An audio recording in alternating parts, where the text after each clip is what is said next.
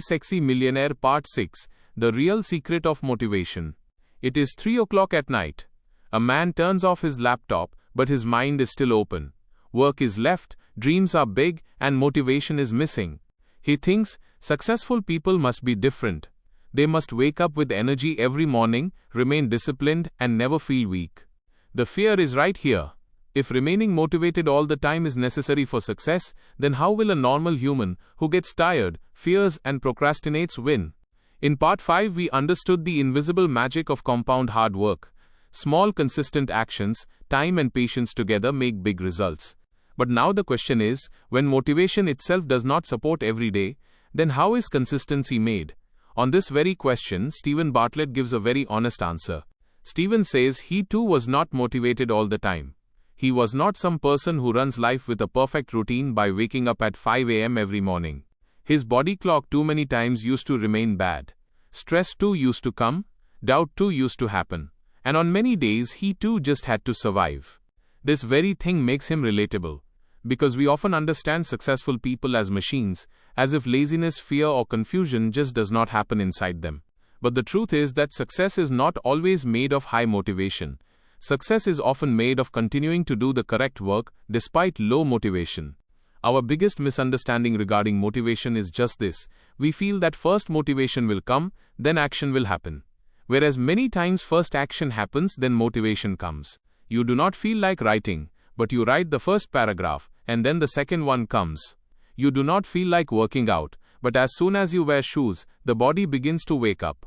That is why understanding motivation as fuel is a bit incomplete.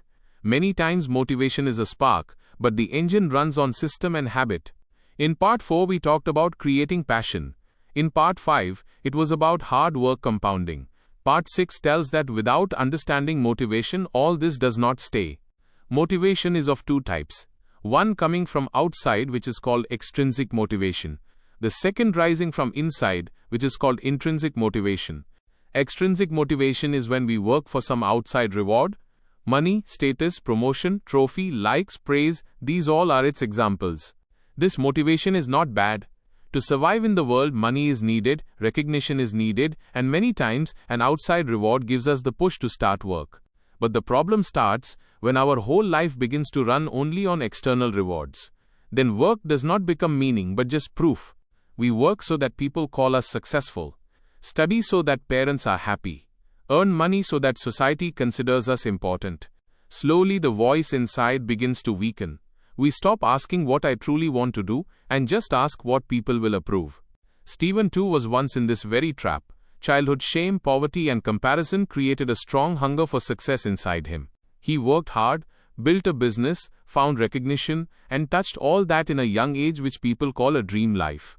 But like Part 2 and Part 3, here too that same truth comes forward. Outside success does not fill the empty space inside on its own.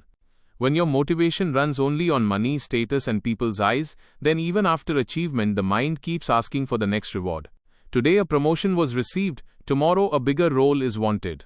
Today followers were received, tomorrow has to go viral. Today a car was received, tomorrow a luxury upgrade is wanted. This is the very limit of extrinsic motivation. It can make you run but cannot always satisfy you. It gives speed, but does not always give direction. Intrinsic motivation is a different thing. It comes from a genuine desire inside. You do work because it feels meaningful, interesting, or satisfying to you. When you do some hobby, learn some skill, help someone, or do some work out of curiosity, then intrinsic motivation becomes active. In this, an outside reward can be there too, but that is not the main reason. The main reason is the connection, joy, growth, and purpose inside. An artist does painting because he wants expression. A teacher teaches because he gets happiness by seeing the growth of students. A creator writes a script because he likes the craft of telling a story. Money can be important, but the fire of the craft comes from inside.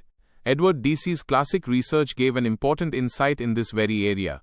In some situations, when a money reward is added to an enjoyable activity, then intrinsic interest can reduce.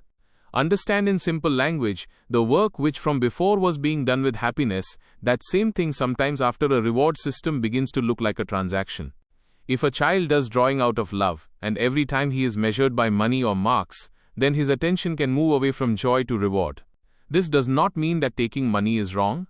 This means that do not let the external reward become so big that it suppresses the happiness inside. For creators, this thing is very necessary. When content begins to be made only for views, then the soul of the story slowly becomes weak.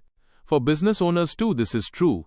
When instead of customer impact only revenue begins to be visible, then the meaning of work begins to reduce. For students too, it is this very thing. If study is only for marks, then learning can feel boring. But if curiosity connects, then that same subject can become alive. Stephen's message is just this: it is necessary to understand both motivations. A start can happen from extrinsic motivation, but long-term fulfillment comes from intrinsic motivation. If you run only behind outside rewards, then the risk of burnout will increase. Because the outside world will continuously keep giving a new target. And if you ignore responsibility, talking only about the happiness inside, then practical life will become difficult. Balance alone is the real answer. You need money too, but money should not become the complete reason. You need success too, but without success, self-worth should not end. You can like recognition too, but even if recognition is not received, your work should remain valuable. This very thing is inner stability.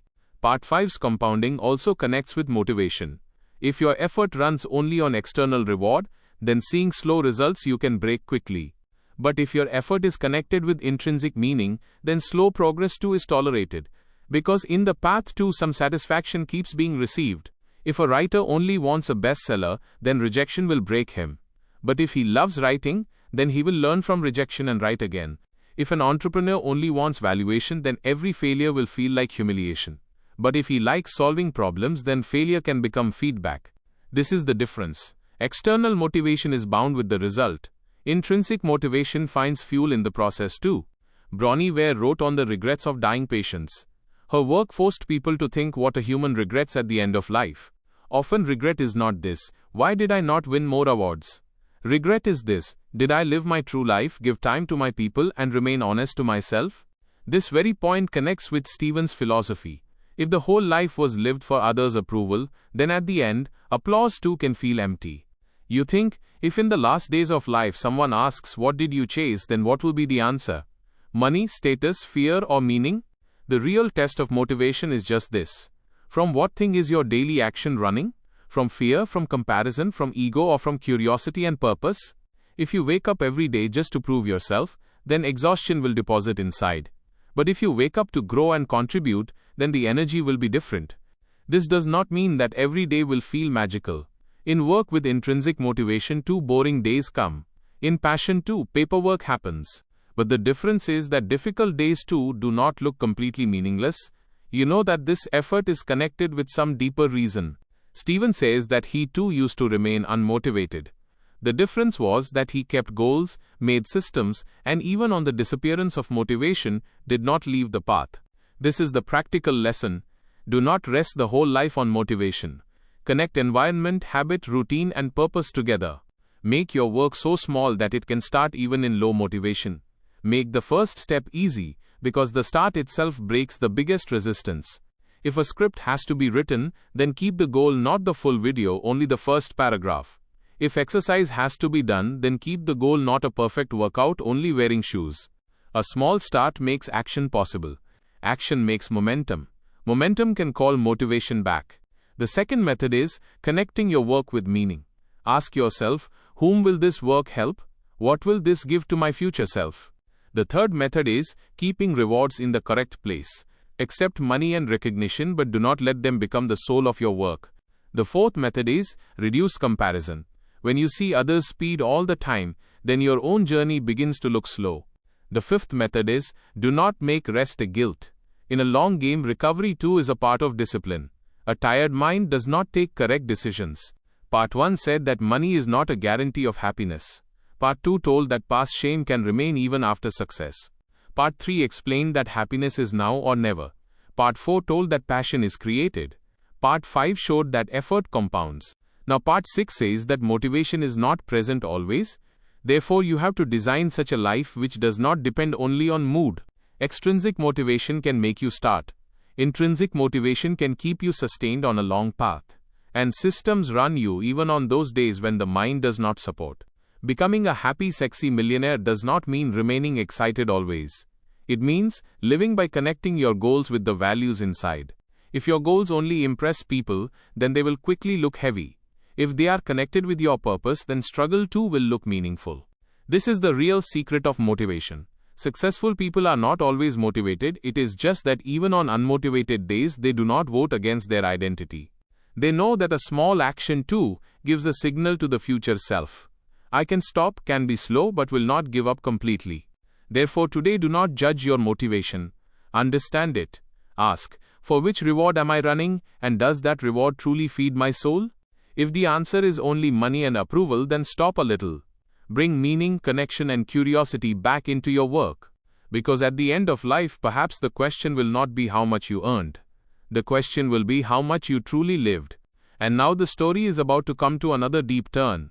If connecting motivation with values is necessary, then in the next part the question will be, is your daily life truly made according to your values, or are you still running in a race made by someone else?